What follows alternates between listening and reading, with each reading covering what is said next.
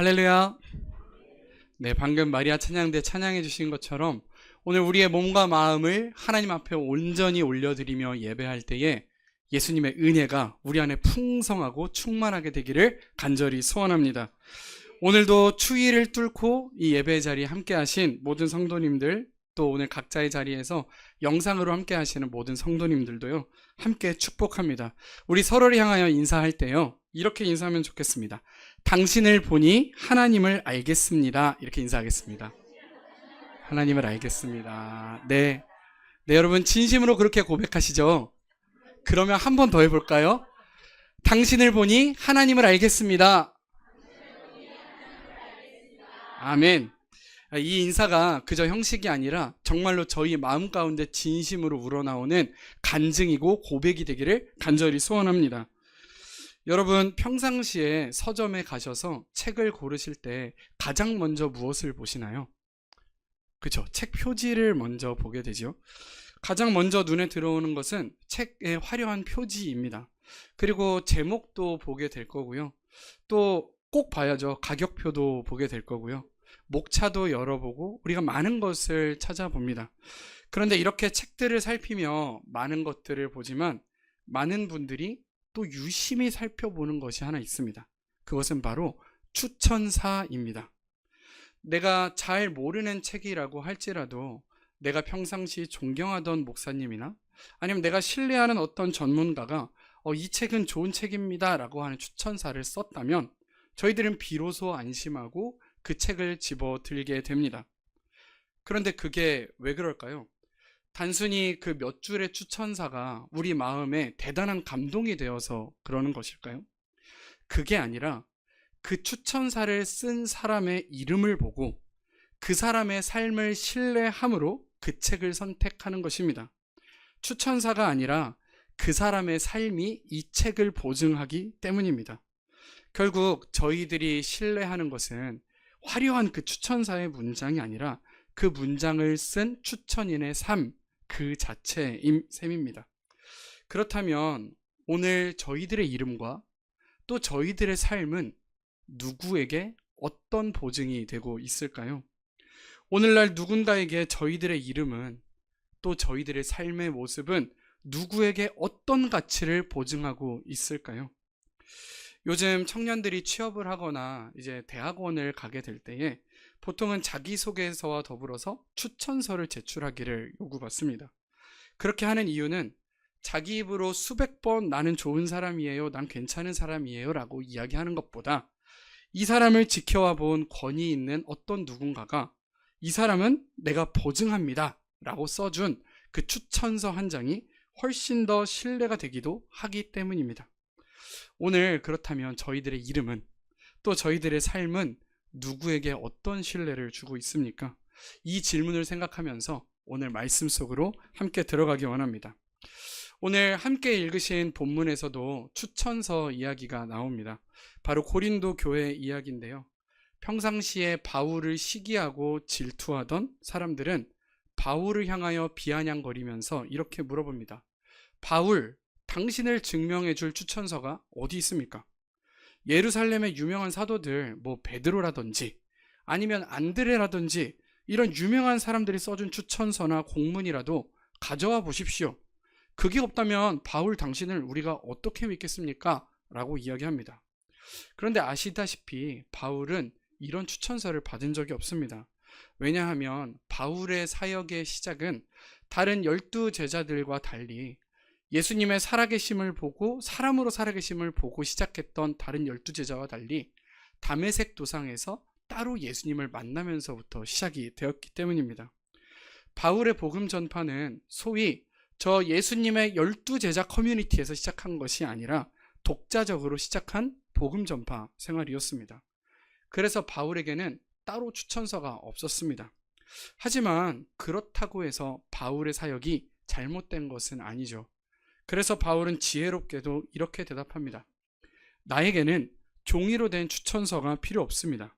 바로 여러분의 변화된 삶이 나를 보증하는 추천서입니다. 여러분이 예수 안에서 새 사람이 된 그 모습 자체가 내가 하나님의 사도라는 가장 확실한 증명이고 보증입니다. 이렇게 말합니다. 여러분 멋있지 않습니까? 네, 목회자에게 당신의 추천서가 어디 있냐고 물어봤는데, 무엇을 보고 당신을 믿을 수 있냐고 물어봤는데, 내가 사역하는 교회 성도들의 변화된 삶이야말로 나를 보증하는 가장 완벽한 추천서입니다 라고 말하는 것이 정말로 멋있습니다. 참 자신감이 넘치고 무엇보다 함께 신앙해온 성도들을 신뢰하고 사랑하는 말이라고 생각합니다. 바라기는 우리 보광중앙교회도 그런 존재들이 되면 좋겠습니다. 만약 보광중앙교회 교역자들이 어디 가서 보광중앙교회에서 사역했습니다 라고 말했을 때, 보광중앙교회 성도님들 제가 너무 잘 알죠. 그분들이 얼마나 정직하고 사랑이 넘치는지, 그런 성도님들이 보증하는 목사님이라면 제가 무조건 믿겠습니다 라고 반응한다면 얼마나 뿌듯하고 얼마나 기분이 좋을까요? 사랑하는 성도 여러분, 저희 보광중앙교회 성도들의 믿음과 삶이 그 자체로 누군가에게 자부심이 되고, 또 그 자체로 누군가에게 보증이 될 수 있는 믿음의 공동체가 되기를 간절히 소원합니다. 그리고 이미 그렇게 되어가고 있는 줄을 믿습니다. 네, 그런데 바울은 이 고린도 교회가 바울이라는 목회자 자신을 보증하는 것을 넘어서서 더 중요한 것을 보증하고 있다라고 오늘 말씀에서 이야기합니다. 그것이 무엇인지 오늘 본문 3절의 노란 부분을 저희 한 목소리로 읽겠습니다. 너희는 우리로 말미암아 나타난 그리스도의 편지니. 아멘.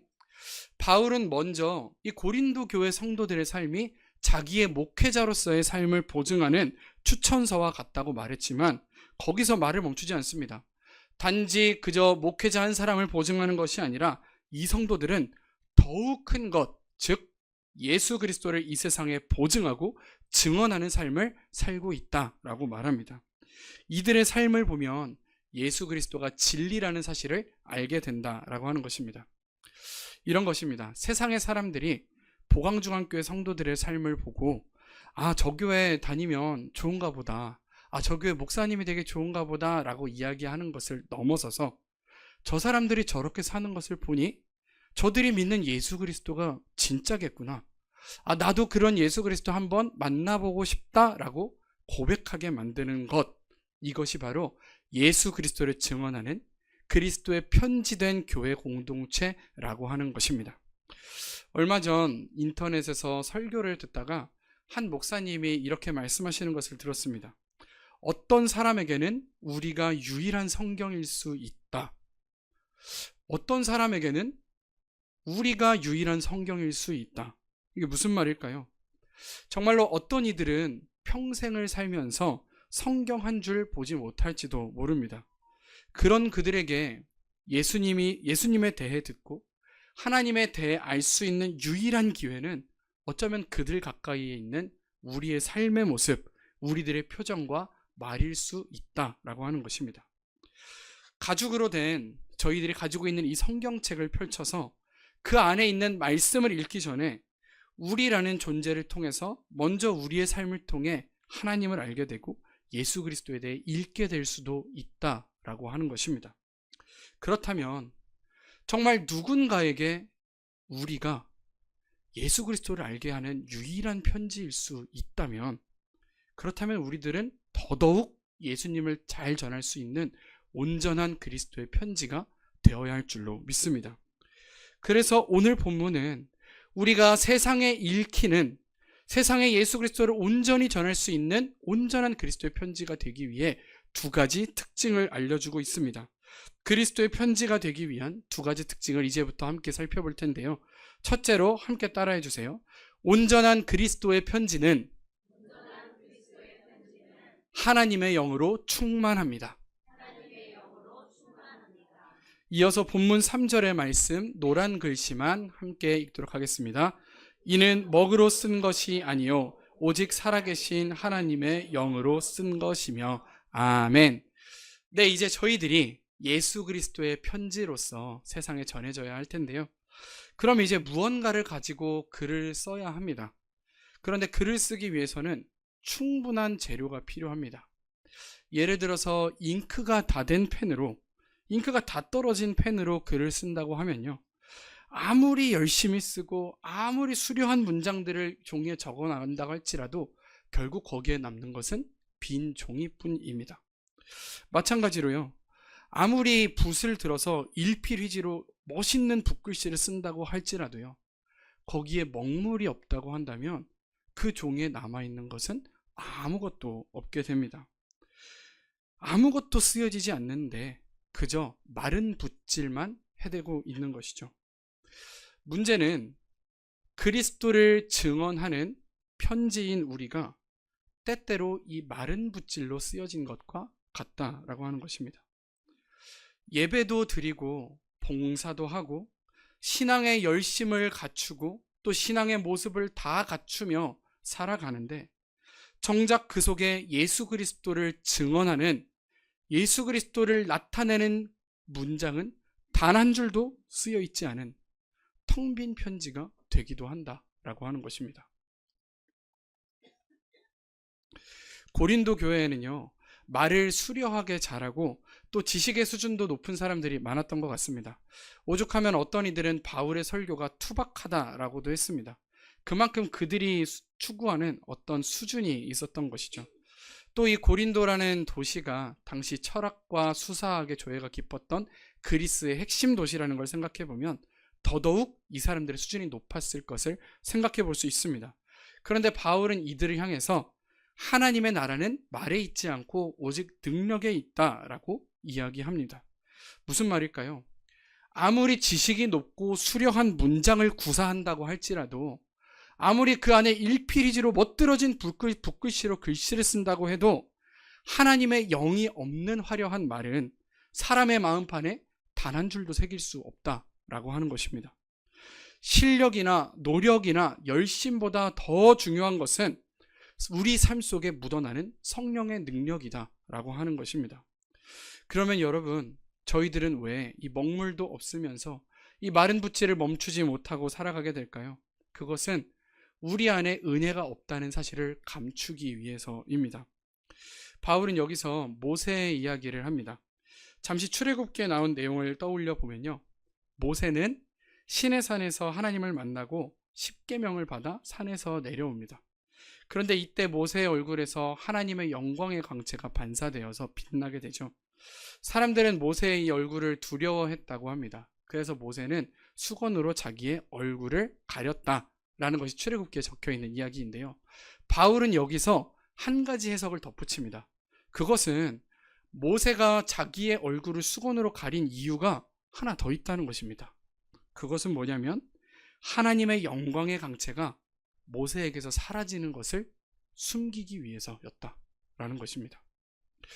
모세의 얼굴에 있던 그 하나님의 영광의 광채는 잠깐 반사되는 것이었기 때문에 금방 사라질 것이었습니다. 그런데 모세는 그것이 사라지는 모습을 백성들에게 보이지 않기 위해서 수건을 썼다라고 하는 것입니다.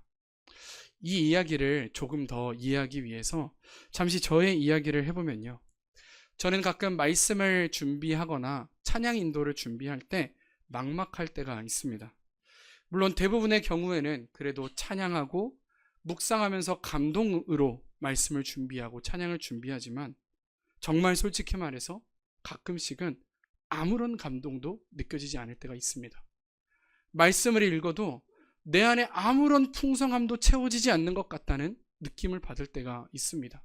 그럼에도 불구하고 여전히 말씀을 전하는 자리에 서야 하고, 그럼에도 불구하고 여전히 찬양하는 자리에 서야 할 때면 제 마음은 막막해지곤 합니다. 비단 설교를 준비하는 목회자들 뿐만 아니라 저희들 모두 그럴 때가 있을 것입니다. 내 마음에 묵상이 없고 내 마음에 은혜가 없고 감동이 없는데 사람들 앞에서는 믿음 좋은 성도로 서야 할 때가 있습니다.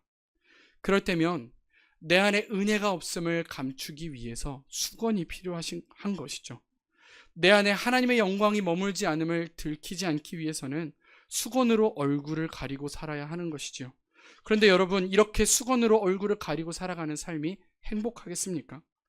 남들 눈을 의식해야 하고 내 안에 없는 것을 있는 것처럼 꾸며내야 하는 그 마음은 평안이 없고 늘 피곤하기만 합니다. 마른 걸레를 쥐어짜듯이 내 의지와 내 노력만으로 이 신앙을 짜내려니 결국 영혼의 탈진이 오고 기쁨은 사라지고 맙니다. 예수 믿는 게 너무 지치고 신앙인으로 사는 게 무거운 숙제 같습니다. 그런 이들에게 우리가 예수 그리스도의 편지다라고 하는 것은 너무나 무거운 사명이라는 것이죠. 마치 붓에 먹물이 다 떨어졌는데 그럼에도 불구하고 억지로 글씨를 쓰면 점점 뒤로 가면서 글씨가 갈라지고 희미해지는 것처럼 마른 붓질을 억지로 이어가는 그 신앙생활이 힘들고 어려울 수밖에 없다라는 것입니다. 그런데 오늘 성경은 예수 그리스도의 편지로 살아가며 이 마른 붓질 가운데 괴로워하는 이들에게 놀라운 소식을, 놀라운 해결책을 선포합니다. 우리 고린도후서 3장 17절 말씀을 한 목소리로 읽겠습니다. 주는 영이시니 주의 영이 계신 곳에는 자유가 있느니라. 아멘. 여러분, 오늘 말씀은 하나님의 영이 함께하면 그곳에는 자유가 있다라고 말합니다. 우리가 왜 그동안 자유가 없었을까요? 내 힘으로 편지가 되려고 했기 때문입니다. 내 힘으로 예수 그리스도를 증거하려 했기 때문입니다. 내 성품과 나의 성격, 내 노력으로 예수 그리스도를 전하는 편지가 되려고 했기 때문입니다. 하지만 오늘 말씀은 말합니다. 하나님의 영, 성령님이 우리 안에 충만하게 임하시면 이 상황은 완전히 바뀐다고 말입니다. 더 이상 마른 걸레에서 물을 짜내듯이 억지로 써내려가지 않아도 됩니다. 우리 안에 하나님이 계시지 않음을 숨기기 위해서, 들키지 않기 위해서 억지로 수건으로 우리의 얼굴을 가릴 필요도 없습니다. 마치 먹물을 가득 머금은 붓이 종이를 스치기만 해도 굵은 선이 그어지는 것처럼 하나님의 영이 오늘 우리에게 충만하면 우리는 스스로 애쓰지 않더라도, 스스로 쥐어 짜내지 않더라도 우리의 삶은 예수 그리스도를 풍성하게 증거하는 그리스도의 편지가 됨을 믿으시기 바랍니다. 성령이 우리의 삶에 임하시면 더 이상 나의 영적 빈곤을 감추기 위해 수건을 쓸 필요가 없습니다. 성령 안에 우리가 충만히 젖어 있으면 내가 억지로 거룩한 척하지 않을지라도 우리가 지나가는 그 자리마다 예수 그리스도의 향기가 남고 내가 내뱉는 말 한마디 한마디마다 그리스도의 사랑이 적혀 내려가게 되는 것입니다. 이 놀라운 역사를 하나님의 영이 우리에게 임했을 때 우리에게 일어나는 이 놀라운 역사를 바울은 이렇게 표현합니다. 사도행전 1장 8절을 저희 한 목소리로 읽겠습니다. 오직 성령이 너희에게 임하시면 권능을 받고 예루살렘과 온 유대와 사마리아와 땅끝까지 이르러 내 증인이 되리라 하시니라. 아멘. 바울이 어떻게 자기 자신의 인생을 그렇게도 지치지 않고 끝까지 하나님의 말씀 전파에 다 바칠 수 있었을까요? 만약에 이 복음 전파가 그의 결심이나 그의 결단이나 그의 성품이나 그의 인격을 의지한 것이었다면 분명히 금방 소진되고 말았을 것입니다. 그러나 바울은 말합니다. 성령이 임하셨다. 이것이 가장 먼저 시작이요, 이것이 가장 핵심입니다. 세상에 나아가 그리스도의 편지가 되려는 자들을 지치지 않게 하는 힘과 능력은 오직 하나님의 영으로 충만해질 때 임하게 되는 것임을 믿으시기 바랍니다. 이것이 바로 오늘 성령이 우리에게 주시는 자유입니다. 이제 이 자유가 그러면 우리 삶에 어떤 결과를 가져오는지 고린도후서 3장 18절의 말씀을 또 한 목소리로 읽겠습니다. 우리가 다 수건을 벗은 얼굴로 거울을 보는 것 같이 주의 영광을 보매 그와 같은 형상으로 변화하여 영광에서 영광에 이르니 곧 주의 영으로 말미암음이니라. 아멘. 여러분, 모세는 이전에 하나님의 영광의 광채를 얼굴로 반사하는 존재에 불과했죠. 그래서 결국에는 그 사라질 광채를 수건으로 가려야만 했습니다. 그러나 오늘 읽으신 28절의 말씀은 오늘 저희들에게 이렇게 이야기합니다. 우리가 하나님의 영광으로 충만해진다면 우리의 형상이 그 자체로 하나님의 영광과 같이 변화한다는 것입니다. 그러면 이제 우리 얼굴을 수건으로 감출 필요가 없습니다. 왜냐하면 하나님의 형상과 같은 우리들에게서 영원히 하나님의 영광이 빛을 비추실 것이기 때문입니다. 붓이 스스로 애써서 글자를 쓰는 것이 아닙니다. 붓은 그저 주인의 손에 붙들려서 먹물 가운데 푹 젖어 있으면 됩니다. 그러면 주인이 그 붓으로 아름다운 글을 쓰시는 것이죠. 오늘 그리스도의 편지된 우리들의 생활도 마찬가지입니다. 내가 예수님처럼 변하려고 내 성격을 깎고 내 인격을 수양해서 그것으로 편지를 쓰는 것이 아닙니다. 오늘 말씀은 뭐라고 말합니까? 우리가 수건을 벗은 생 얼굴로 거울을 보는 것처럼 주님의 형상을 자꾸 바라보면 하나님이 우리를 그와 같은 형상으로 변화시켜 주신다라고 말씀하십니다. 내가 변하는 것이 아니라 내 노력과 열정과 내 힘으로 변하는 것이 아니라 하나님이 나를 변화시켜 주신다라고 하는 것입니다. 어두운 밤에 달이 빛을 낼 수 있는 이유는 달이 빛나는 존재라서가 아닙니다. 달은 빛을 내는 발광체가 아닙니다. 달은 그저 태양빛을 반사하는 반사체일 뿐입니다. 달은 그저 태양을 마주하고 있을 뿐이지만 태양빛이 그 달을 통하여 반사되므로 칠흑같이 어두운 한밤중에도 빛을 비출 수 있게 되는 것입니다. 사랑하는 여러분, 오늘 그리스도의 편지로 부름받은 저희들이 온전한 편지가 되는 원리도 이와 같습니다. 우리 인생도 달과 같아서 무엇을 바라보느냐에 따라 비추는 것이 달라집니다. 세상을 바라보면 세상의 어둠을 비추게 되지만 하나님의 영광을 계속해서 바라본다면 우리의 삶은 하나님의 영광을 반사하는 존재들로 변하게 됩니다. 우리가 골방에 있을 때 하나님을 바라보고 예배의 자리에 있을 때 찬양하는 자리에서 하나님의 영광을 자꾸만 바라보며 마주한다면 우리도 모르는 사이에 하나님의 빛이 우리 삶에 배어져 나오게 됩니다. 나라는 인생의 붓이 먹물로 흠뻑 젖게 되면 내가 말할 때마다 예수 그리스도의 향기가 자연스럽게 묻어나오고 내가 누군가를 대할 때 예수님의 배려가 사랑이 묻어나오게 됩니다. 이것이 바로 18절이 말하고 있는 영광에서 영광에 이르게 되는 삶입니다. 내 힘으로 짜내는 고통스러운 종교 생활이 아니라 하나님의 영광에 전염되어 나도 모르게 예수님을 풍성하게 전하는 편지로 써 내려가지는 삶.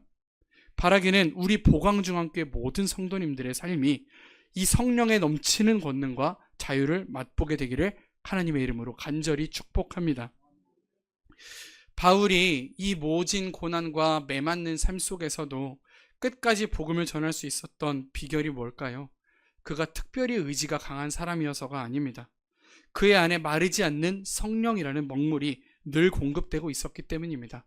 내 힘으로 짜내는 인생이 아니라 성령이 써내려가는 인생이었기 때문에 비로소 그는 정말 자유했고 비로소 그를 통해 수많은 사람들이 예수 그리스도를 읽을 수 있었던 것입니다. 그러므로 사랑하는 성도 여러분, 오늘 잘 쓰여진 편지가 되기 위해서 우리 스스로를 탓하고 너무 괴롭히지 마시기 바랍니다. 그보다는 마르지 않는 하나님의 영광을 바라보는 데에 집중하십시오. 영원한 먹물이 되는 성령님의 권능이 오늘 우리를 충만히 채우시기를 기도하며 하나님의 영광을 바라보시기 바랍니다. 그때에 비로소 우리는 나도 모르는 사이에 하나님의 형상을, 하나님의 영광을 닮은 형상으로 또 자유롭고 능력 있는 그리스도의 편지들로 변하게 될 줄로 믿습니다. 그러면 이제 저희들이 정말 성령의 먹물로 흠뻑 젖는 인생이 되었다면 그 편지는 과연 어디에 새겨져야 하는지 그리스도의 편지의 두 번째 특징을 살펴보도록 하겠습니다. 둘째로 함께 따라해 주세요. 그리스도의 편지는 우리의 마음판에 쓰여져야 합니다. 아멘. 본문 3절 하반절 노란 글씨만 저희들 한 목소리로 읽도록 하겠습니다. 또 돌판에 쓴 것이 아니요 오직 육의 마음판에 쓴 것이라. 아멘. 여러분, 성경에서 돌판이라고 하면 무엇이 떠오르시나요? 그렇습니다. 역시 십계명입니다. 모세가 시내산에서 받아 내려온 이 십계명은 하나님이 직접 정하시고 하나님이 직접 새겨주신 완벽한 법률이었습니다. 그런데 이스라엘 백성들은 이 완벽한 법률을 잘 지켰을까요? 그렇지 않았습니다. 오히려 철저히 실패합니다. 그 이유가 무엇일까요? 그 법이 돌판에 적혀 있었기 때문입니다. 무슨 말일까요? 아무리 옳은 말씀이라도 그것이 내 안에 체화되지 못하고 저 밖에 돌판에 머물러 있었다라고 하는 것입니다. 아무리 옳고 완벽한 하나님의 법일지라도 그것이 내 안에 있지 않고 저 바깥 돌판에 있으면 그것은 나를 감시하는 규칙이 될지언정 나를 움직이는 생명이 되지는 못합니다. 저희들이 예배를 드릴 때 보면 많은 분들이 펜을 들어서 주보에 적기도 하시고 또 가져온 종이에 필기하기도 하십니다.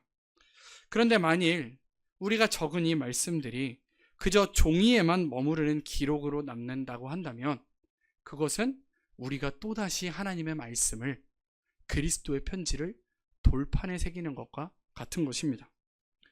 돌판에 새겨진 편지는 사람들의 마음을 진정으로 변화시키는 감동을 줄 수 없습니다.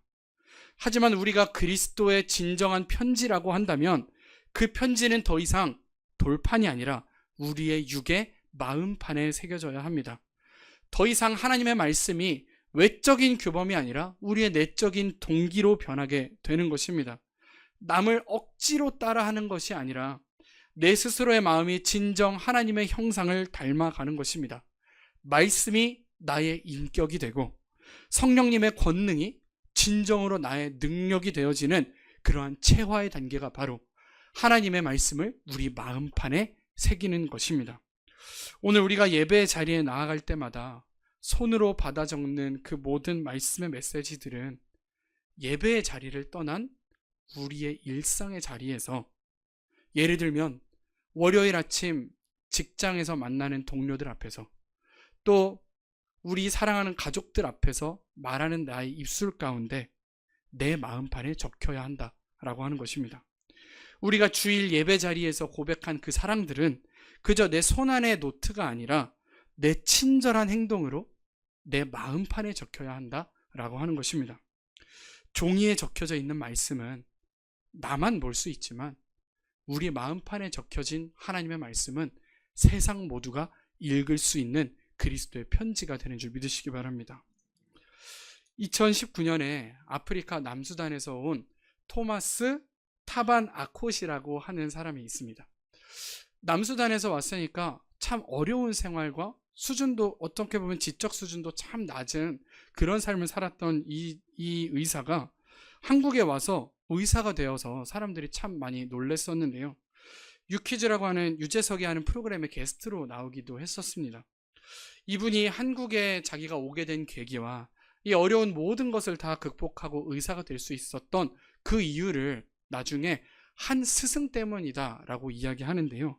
그 스승은 바로 저희들이 잘 알고 있는 고 이태석 신부입니다. 이태석 신부는요, 그곳 수단의 아이들에게 예수님을 믿으라라고 강요하거나 성경을 읽으라고 닥달하지 않았다라고 합니다. 그저 묵묵히 아이들의 고름을 먼저 짜주고 악기를 가르쳐주고 아이들의 어려움을 함께 해주고 웃음을 함께 했다라고 합니다. 그리고 그 곁에서 성경은 읽을 줄 모르지만 신부님의 삶을 볼 줄 알았던 이 소년 토마스는요, 결국 한국에 와서 의사가 되고 다시 그 받은 사랑을 수단에 전하기로 결단하는 하나님의 사람이 되었습니다.